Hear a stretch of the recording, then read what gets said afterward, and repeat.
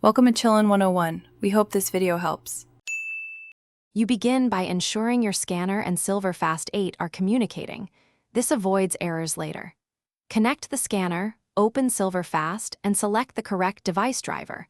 Once done, pick a scanning mode, reflective for prints, transparent for film, and set resolution based on output needs. Make sure to clean the media to remove dust, then choose color mode and preview. This first action sequence gets you into the interface and creates a reliable starting preview for adjustments. Once you have a preview, refine exposure and color to achieve accurate tonality.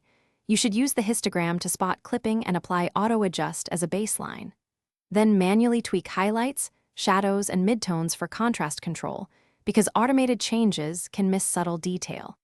Use the color wheel or load an IT8 profile to correct color casts. Next, apply SRD to reduce dust and negafix for negatives. These steps balance technical accuracy with visual intent before. Now finalize your job by setting the crop and output dimensions, choosing a file format like TIFF or JPEG, and selecting a destination folder. Once saved settings are confirmed, perform a single high-resolution test scan. If satisfied, run batch scan for multiple frames to save time.